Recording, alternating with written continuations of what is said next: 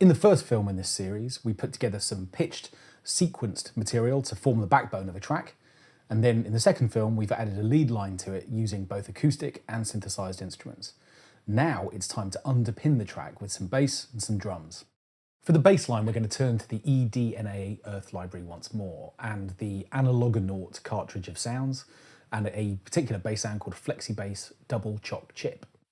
Like all sounds within EDN Earth, it's got two separate sound sources, but what's nice about this particular patch is that the oscillate mixer is set up to work from the mod wheel. So you can see that as I move the mod wheel here, we're getting movement between the two sound sources within this particular patch. And the one loaded into the A cartridge is a very pure bass sound,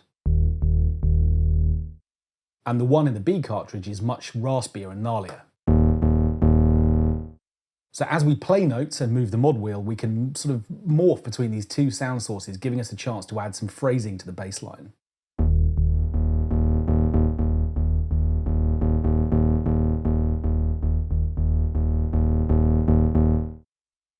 And if I open up the sequenced part that I've recorded into Logic, you can see all of this mod wheel data that I recorded in at the same time, which gives us this result.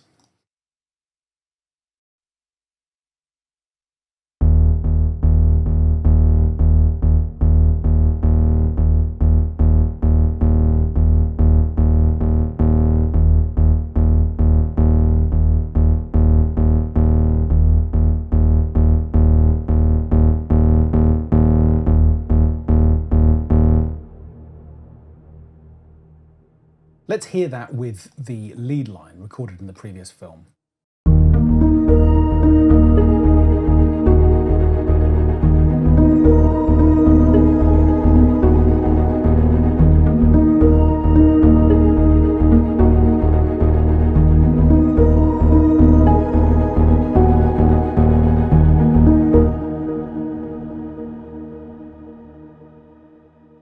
So it's constantly evolving through the track, and that's going to give the whole part some movement. Hans Zimmer is probably the biggest name in Hollywood right now in terms of film soundtracks, and his libraries of percussion sounds, which he's partnered with Spitfire Audio to produce, provide this incredible array of sounds from big, meaty drums and deep hits through to much higher, clashier percussion sounds.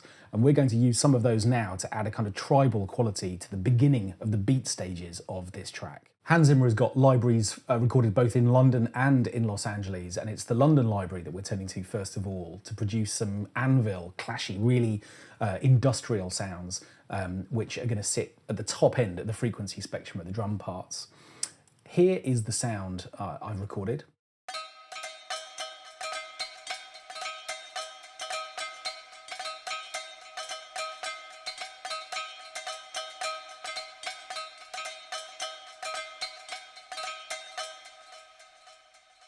Now you can hear, particularly when I press stop, that we've got some effects added to this part as well. I'm using Valhalla's Shimmer reverb, which is producing this big, spacious sound. And I'm also using Wave's H delay just to produce a few little echoes as that sound dies. We've got a second Hans Zimmer part here as well. These are the bombos.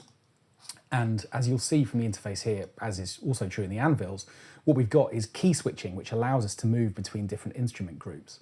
So I'm using the bombos here. I could click on the other instruments that are in this main exotic hits patch, or I can use key switching to move between those different sounds in real time. Here are the bombos.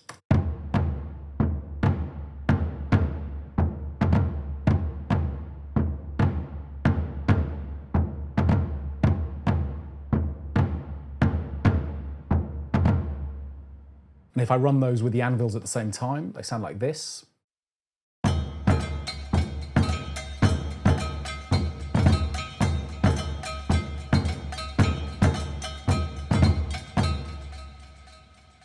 They form a really nice pair. We've got the bombos providing this sort of low, mid-range and sort of bass element, and the anvils are obviously up at the top. And there's one more part that I'm using to bring a sort of percussive tribal nature to this. This patch is from the more recent Albion Tundra library, and in the Brunel loops within that folder, we've got these wonderful tabal sounds which sound like this.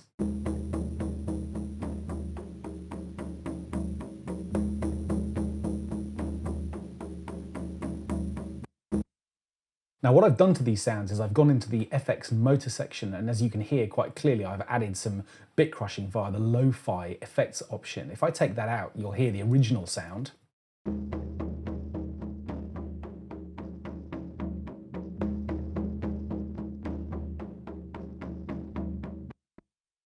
But we've got this really nice dusty quality which is happening in some of the sequence sounds and even in the lead sound to some extent.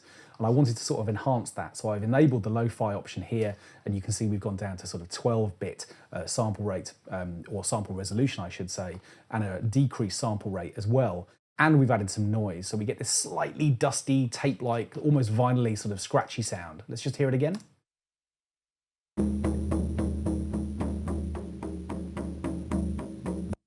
It's really nice. Let's add all three of those sort of tribal rhythm parts together now.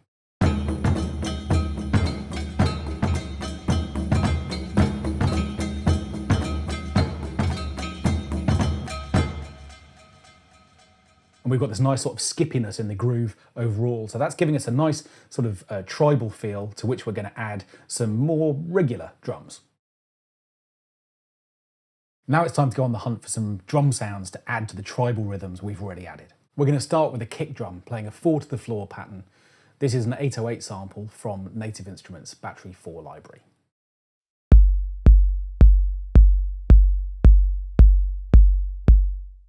Can't go wrong with a 4-to-the-floor. And to that we're going to add this slightly syncopated rimshot sound, which is also from Battery, which is just going to play in every other bar.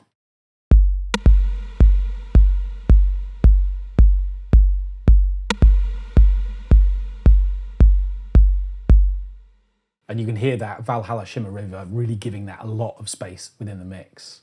So let's double that with some snare as well.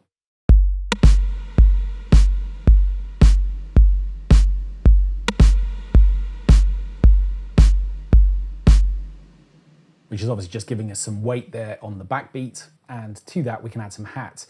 These are programmed to pick up on the same pattern that we've got in the tribal rhythms as well. So we're going to hear some skippiness in this part.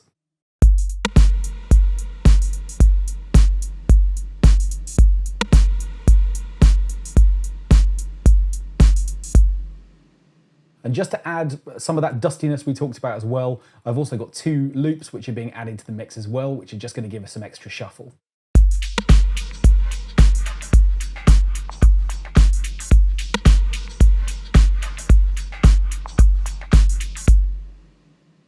Okay, let's run these regular drum sounds with our percussive ones too.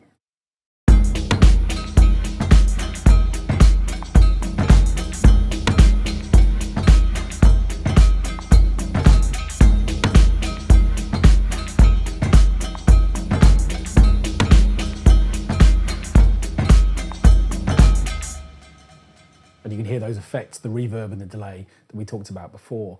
When you're programming drums, it's a really good idea to almost think in terms of frequency content. You can hear the anvils up at the top are interacting with the hats to provide a really nice clashy top end to the mix, whilst the lower drums are feeding into the low mid-range, supporting the snare and sitting on top of the kick drum. So we get this really nice, rich collection of sounds. Let's hear it with the bass line as well.